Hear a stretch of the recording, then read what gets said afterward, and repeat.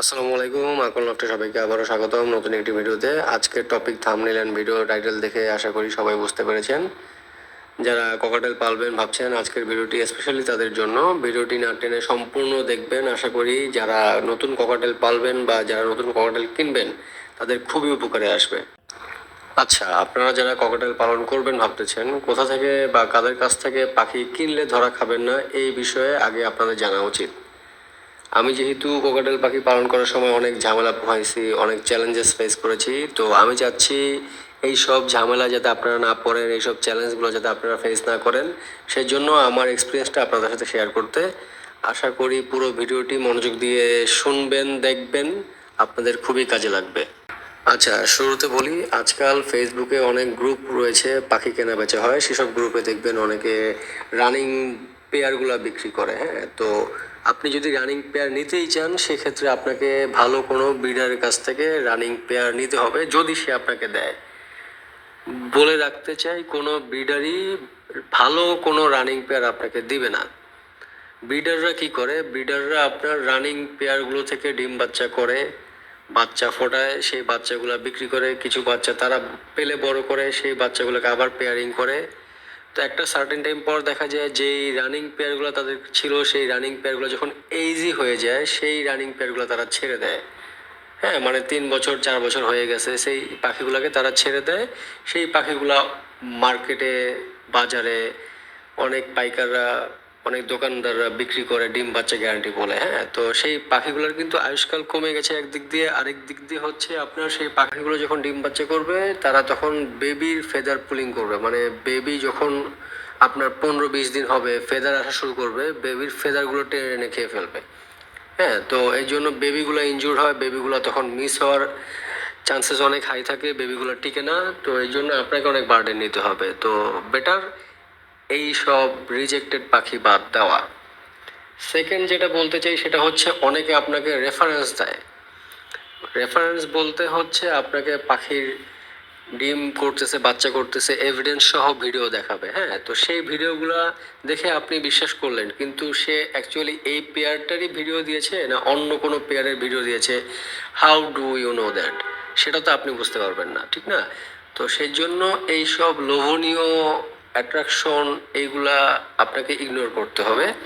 Better আমার suggestion একটাই, আপনি যদি রানিং পেয়ার কিনতেই হয়, আপনার কোনো ব্রিডারের কাছে যাবেন, যে ককাটেলের খামার আছে তার কাছ থেকে কিনবেন। সে যদি আপনাকে দেয় তাহলে নিলেন। হ্যাঁ, কিন্তু ব্রিডাররা ওই যে শুরুতে বললাম এক্সপায়ার্ড বা এইজ হয়ে গেছে, সেই জোড়াগুলো ছাড়া জোড়া সহজে ছাড়তে চায় না, কারণ ভাই তার তো ব্যবসা এটা। আদারওয়াইজ যদি রানিং পেয়ার কিনতে চান, সেক্ষেত্রে আপনাকে কি করতে হতে পারে, সেটা হচ্ছে আপনার পরিচিত কেউ ককাটেল পাখি পালতেছে, তার কয়েকটা পেয়ার আছে, সে আপনার সাথে খাতির ভালো, সম্পর্ক ভালো, সেই সুবাদে সে আপনাকে দিচ্ছে, আপনি তার কাছ থেকে নিচ্ছেন, সেই হিসেবে আপনি রানিং পেয়ার নিতে পারেন। আদারওয়াইজ রানিং পেয়ারের ঝামেলা আইসেন না। রানিং পেয়ারে অনেক ঝামেলা থাকে। অনেক পেয়ার আছে আপনার মনে করেন যে এক্সপায়ার্ড হয়ে যায়, অনেক পেয়ার আছে ডিম করে বাচ্চা করে না, অনেক পেয়ার আছে ডিম বাচ্চা করে কিন্তু বাচ্চা টিকায় না, বাচ্চা খাওয়ায় না। তো এই প্যারাগুলো যাতে না নিতে হয়, এর জন্য রানিং পেয়ারটা থেকে চলে আসেন। অনেক সময় দেখবেন দোকানদাররাও আপনার রানিং পেয়ার বলে বিক্রি করে, কিন্তু ওরা মানুষের কাছ থেকে ডিফেক্ট পাখিগুলো কিনে আপনাকে রানিং পেয়ার হিসেবে দিয়ে দেয়। সেক্ষেত্রে অনেক দোকানদার বা অনেক পাইকাররা আপনাকে গ্যারান্টি সহকারে দিবে। পাইকার বলতে যারা মনে করেন হাট বাজারে বিক্রি করে। হ্যাঁ, তো এরা হচ্ছে আপনাকে পাখি গ্যারান্টি সহকারে দিবে, বলবে যে ডিম বাচ্চা না করলে পাখি ফেরত। হ্যাঁ, এখানে একটা কথা আছে বা এখানে একটা শুভঙ্করের ফাঁকি আছে, সেটা হচ্ছে আপনি পাখিটা নিলেন, আপনার বাসায় পাখিটা সেট হতে মিনিমাম 10 থেকে 15 দিন সময় লাগবে। পাখিটা ডিম পারবে, ডিম থেকে বাচ্চা ফুটতে 20 থেকে 22 দিন সময় লাগবে। হ্যাঁ, তো এই 1 মাস, 1.5 মাস, হ্যাঁ, আপনার টাইমটা ওয়েস্ট হবে যদি আপনি দেখেন ডিম বাচ্চা না করে। ঠিক আছে, ফাইন, ডিম বাচ্চা করলো না, আপনি পাখি তখন তার কাছে ফেরত নিতে যাবেন, ফেরত দিবেন, সে তখন হয়তো বা আপনাকে এক্সচেঞ্জ করে আরও অন্য কোনো পেয়ার দিতে পারে। সেই পেয়ারটা যে অ্যাপ্রোপ্রিয়েট হবে কিনা আপনি কিভাবে জানেন? তো এই বিষয়গুলো মাথায় রাখতে হবে। অনেক পাইকার আছে আপনাকে গ্যারান্টি সহকারে দিবে, কিন্তু আমার দেখা মতে অনেক পাইকার এরকম করে থাকে, কারণ তাদের তো কোনো রিস্ক নাই, তাদের কাছে তো অ্যাভেলেবেল পাখি আসতে থাকে, তাদের তো ব্যবসাই এটা। তো সে আপনাকে একটা মোহ দেখায় পাখিগুলো আপনার কাছে বিক্রি করে। যাতে আপনাকে পরবর্তীতে চেঞ্জ করে দেয়। আপনি এইভাবে চেঞ্জ করে নিলেন, আরেকটা পেয়ার নিয়ে গেলেন, পরবর্তীতে দেখলেন ওই পেয়ারটা আরেক ঝামেলা। আপনাকে তো সে চেঞ্জ করে দিচ্ছে, কিন্তু আপনার তো পারপাসটা সার্ভ হচ্ছে না। একটা সার্টেন টাইম পর দেখা যাবে আপনি বিরক্ত হয়ে গেছেন, পাখি পালাই ছেড়ে দিয়েছেন। সো শুরুর দিকেই যেটা বললাম, যদি কোনো ব্রিডারের কাছ থেকে আপনার চোখে দেখা আপনার বন্ধু বা আপনার পরিচিত কেউ যদি আপনাকে রানিং পেয়ার দেয়, সেক্ষেত্রে সেটা নিতে পারেন। আদারওয়াইজ আমি আপনাদেরকে একটাই সাজেশন দেব, সেটা হচ্ছে আপনাকে বেবি থেকে শুরু করা। বেবি বলতে যেই পাখিগুলা ইয়াং, হ্যাঁ, ফেদার হয়েছে, সেলফ ফিড, যেগুলা নিজে নিজে খেতে পারে, হ্যাঁ, সেমি অ্যাডাল্ট বলে অনেকে বিক্রি করে, সেগুলো আপনি হাট থেকেও কিনতে পারেন। একটু দেখে কিনবেন, পাখির চোখে যাতে পানি না থাকে, পাখির পুপসে পুপ যাতে লেগে না থাকে ড্রপিংয়ের জায়গায়, এইসব বিষয়গুলো একটু খেয়াল করে, আর সুস্থ পাখি দেখলেই চেনা যায়।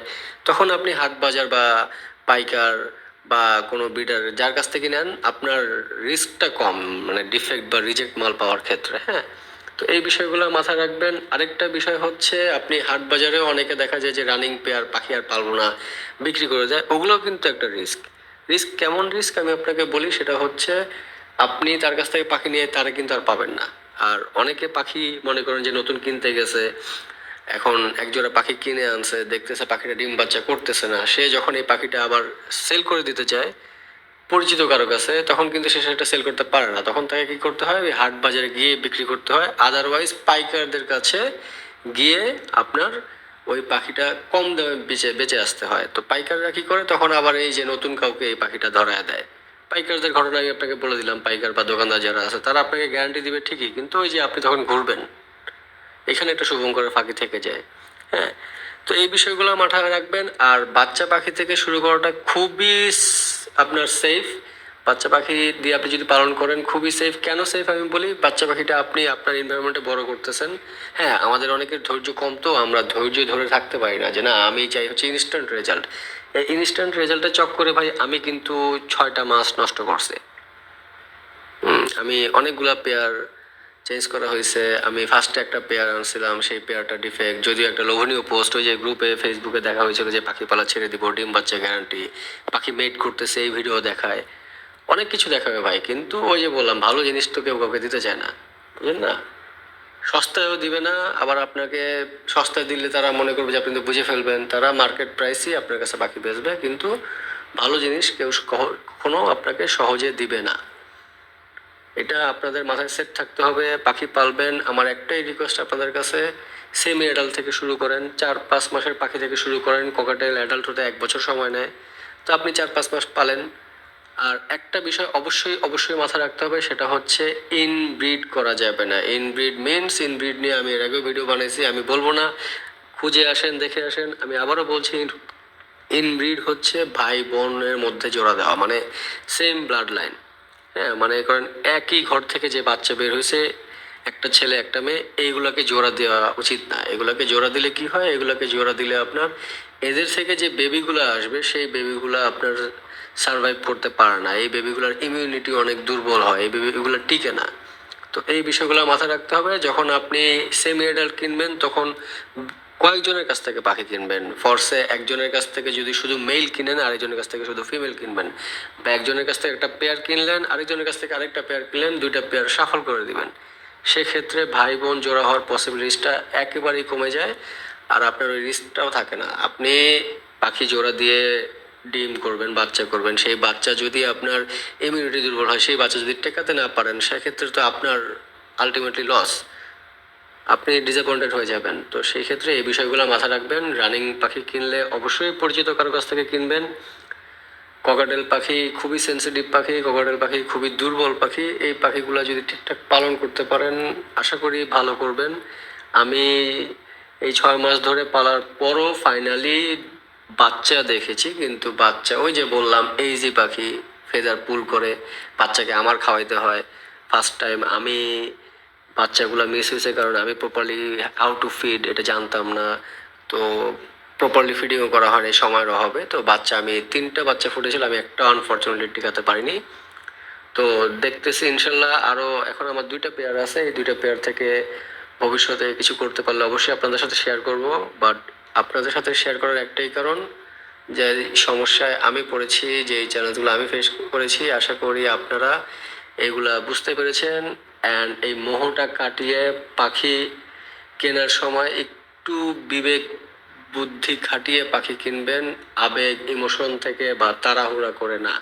আশা করি ভালো করবেন, আশা করি পাখিতে সাকসেসফুল হবেন। এতটুকুই। ভিডিওটি ভালো লাগলে চ্যানেলটি অবশ্যই সাবস্ক্রাইব করবেন, লাইক করবেন, কমেন্ট করবেন, শেয়ার করবেন। ধন্যবাদ।